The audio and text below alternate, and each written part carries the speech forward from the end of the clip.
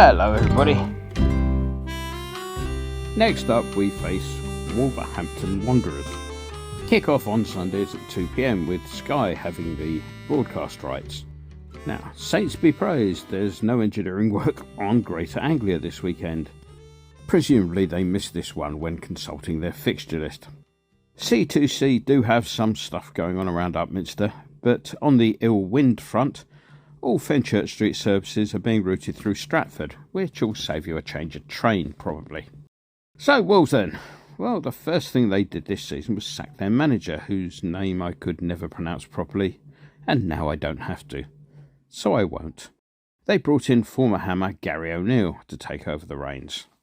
Now, one of his first tasks has been to deal with Spanish fullback Johnny. The defender who arrived from Atletico Madrid in 2018 has been placed on the transfer list. Now, in the past, when a player declared that he was ready to fight for his place in the team, it often meant that. It often meant, I'm going to work my backside off in training and make it difficult for the boss to ignore me.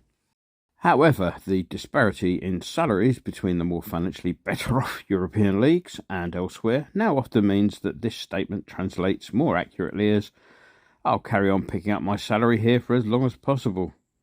The most extreme example of this policy was, of course, Chelsea defender Winston Bogarde, who found himself out of favour, so he simply turned up to training each week, did his bit, turned around and went home. Chelsea hawked him around all over the place, but each time someone turned up with an interest, Bogarde politely listened, and then hearing the wages they were likely to be paying, turned them down, with nobody willing to come anywhere near the stupid money he was taking home at Chelsea. They ditched his squad number, made him train with the kids, and still he turned up every day until his contract expired, whereupon he simply retired, having amassed a small fortune just for keeping himself reasonably fit and not breaking club rules. Unfortunately, Chelsea's online Player of the Season poll was amended before some serious hijacking could take place. With Johnny, things got a little bit more complicated, due to what has euphemistically been referred to as a training ground incident a few weeks back. Johnny's now been excluded from the squad completely and won't be allowed to train again until the January window has closed. So what I'm saying is don't expect to see him this weekend. When not dealing with player tantrums, O'Neill has enjoyed a patchy start to his career in the Midlands. They lost 4 of their first 5, and despite a 5-game unbeaten spell in September-October, consistency seems to have been a bit of a problem for them, though they are unbeaten in their last 2, a 1-0 win over Burnley and a 1-1 draw with Forest, both at home, giving them 4 points out of their last 6. This has left them in 13th place, third of 4 clubs all locked on 19 points. As ever, the lovely Daisy has been running the rule over their new signings. The first signing, Mateus Cunha, was the making permanent of a loan deal with the player arriving from Atletico Madrid, with whom Wolves seem to do a hell of a lot of business.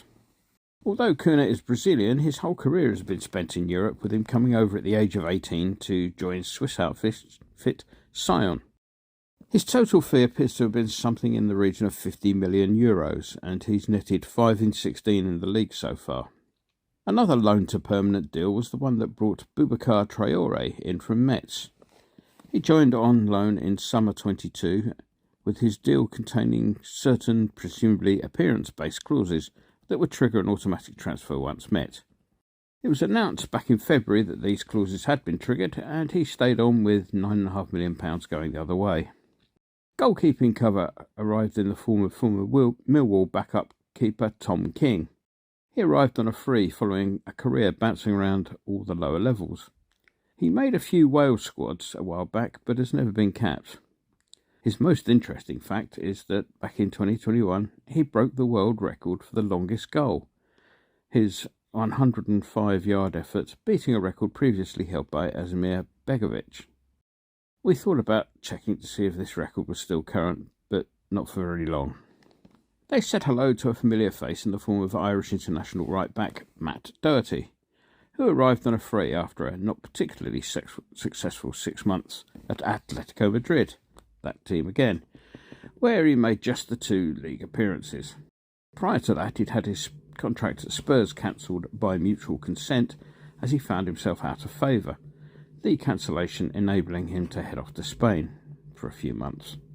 Tottenham had spent over £13 million to bring the player in from Wolves back in 2020, but he was always well down the pecking order at the toilet bowl, not helped by a season-ending knee injury back in April 2022. In his first spell at Wolves, he made 260 league appearances, and he's made 41 appearances for the Republic of Ireland, though he also qualified for the Netherlands through his mum. Whether or not there was any interest from across the North Sea is not known, but he stuck with Ireland anyway, and as a consequence possesses no Dutch caps. All of those signings took place before the arrival of O'Neill. Subsequent to his coming on board, they brought in defender Santiago Bueno for £8.5 million from Girona. What say O'Neill had in the signing isn't known, but Bueno has made just one league appearances to date. He is joined by a Paraguayan neighbour, Enzo Gonzalez, who came in for about £9 million from Libertad. At 18, he's not made the league side as yet, so we won't go on about him then. Let's move on, shall we, to the wild and wacky world of association football. And that massive wave of indifference you can hear washing over the world of football is that which accompanies the launch of this season's World Club Cup type thing, which started this week in, where else, Saudi Arabia. The usual format is that European champions and the South American champions hang around for a few days whilst clubs you haven't heard from the rest of the world would knock themselves out to bits in order to play them.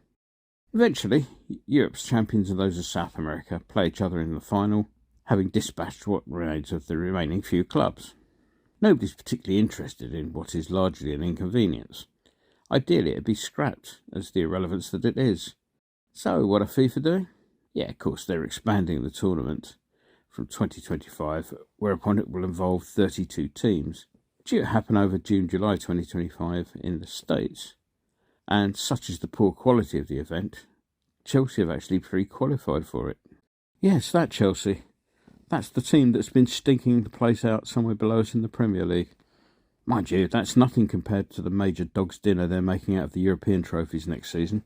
Bye-bye group stages to be replaced by one big 36-team league in which he'll play 8 matches against 8 different teams, and eventually the top teams in the league will go on to a knockout stage as before. This adds 2 more games to the schedule in the interests of, well, I'm guessing money, there not being really any logic to their weird system. Still, it means that football authorities will be able to make competition draws last whole weekends now. They may even have got it sorted out in time for the final. Meanwhile, let's move on to us, shall we? Well, Thursday night turned out to be a lot easier than I was expecting after last weekend's debacle. In fact, for all their choreographed jumping up and down, their supporters must have felt a bit cheesed off. I mean, look at it from their point of view. There they are, playing a team that's a bit out of sorts, that's just been beaten 5-0, and possessing a squad a bit light on training due to a nasty bug. With that in front of you, surely you'd come into the match thinking you had a good chance of getting through at the last 16.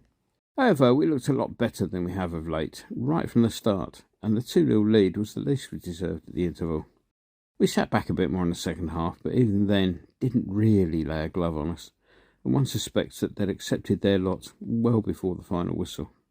Standout for me was Alvarez, whose goal capped a fine piece of football, simply reinforced my earlier view that he is the glue that keeps things together. He had been one of the bug sufferers, and he left proceedings early, so it was a sterling performance. Alvarez's early bath was prompted by a knock to his hip, and that's going to require a late fitness test. There's no more news on Antonio, who looks set to miss out once more after the injury picked up on international duty. So let's get the prediction then.